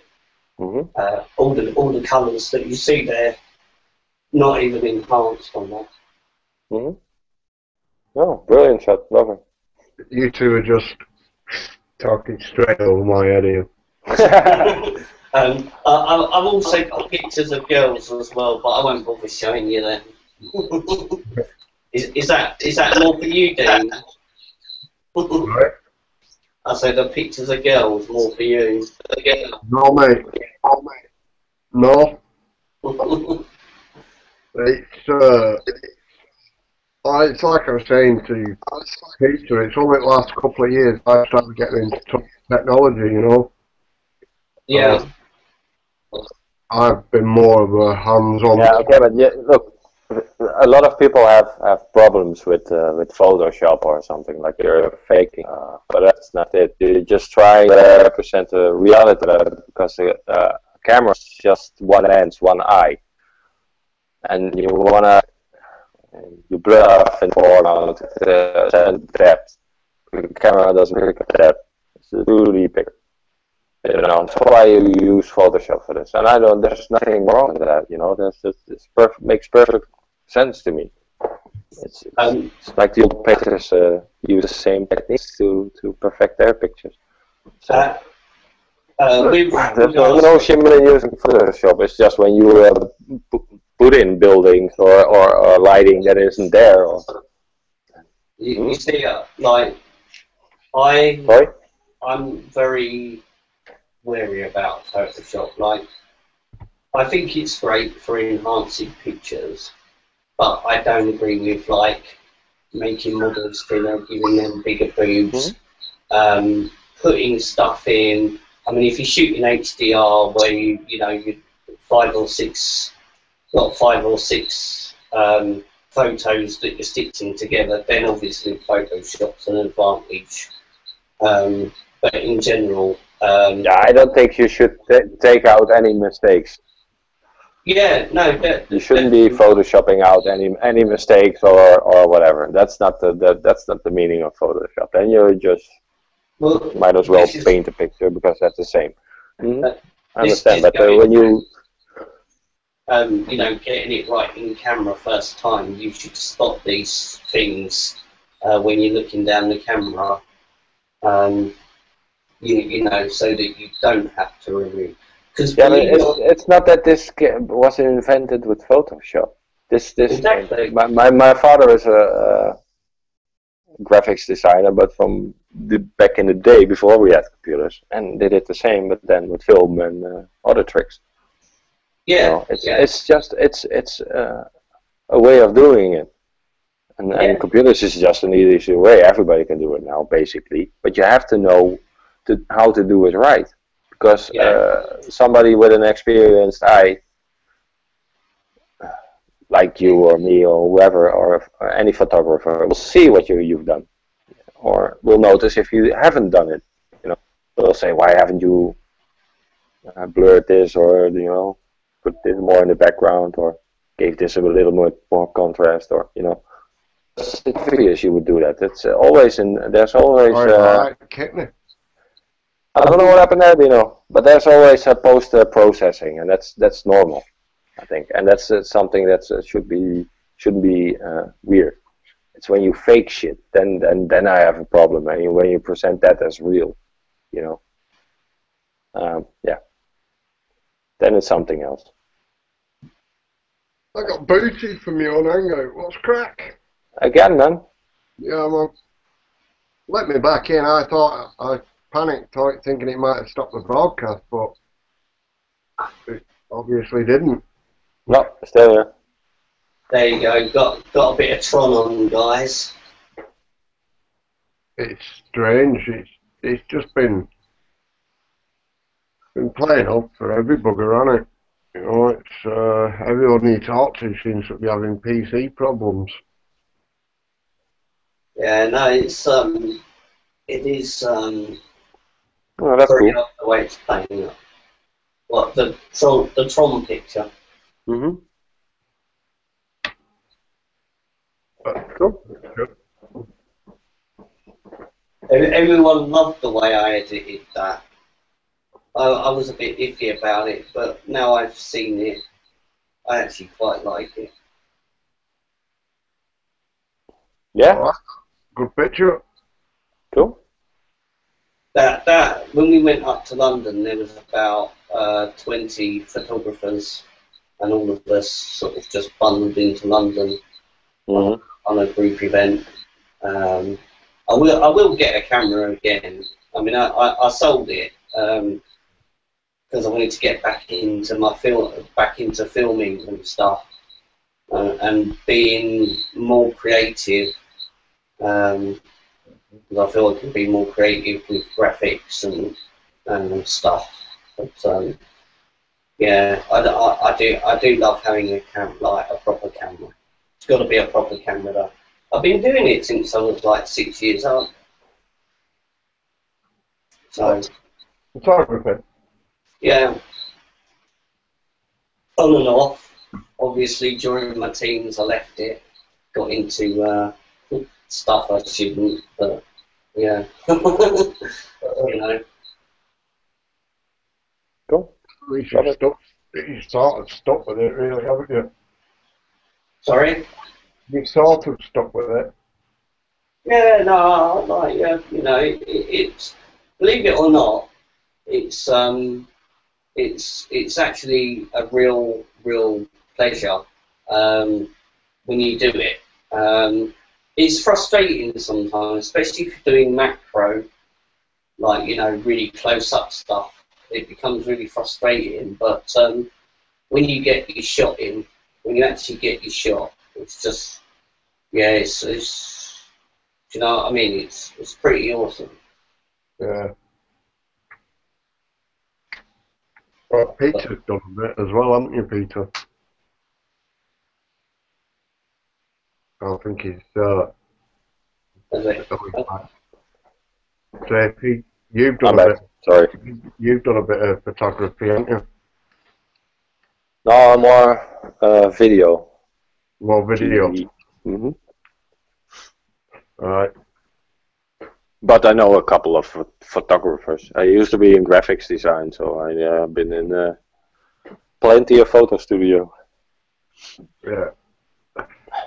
I don't know about you guys, but I think we're running a little dry this evening. I'm just wondering if you want just knock it on head this evening. It's 1:30 at your side, isn't it, Peter? Yeah, it is. I know Days wants a quick chat before we do actually shut down this evening, so I contact Days and tell him we'll come off there and we can sort the other stuff out. That's cool, man. I'll just hit the chat room before I go. Ryzak, Blazing Stars, Tony B, James. Yeah, so you can join, guys. We don't know what's up. Yeah, it's I don't know what's happened tonight, James. Sorry you couldn't get on with us. We enjoy joining us. Just like thank everyone in chat room who kept it going, and possibly be back on Sunday, if not tomorrow night. Possibly Kip will be with us. Just say thanks again, and hope to see you sometime over the weekend. Thank you very much. Good night. Bye bye.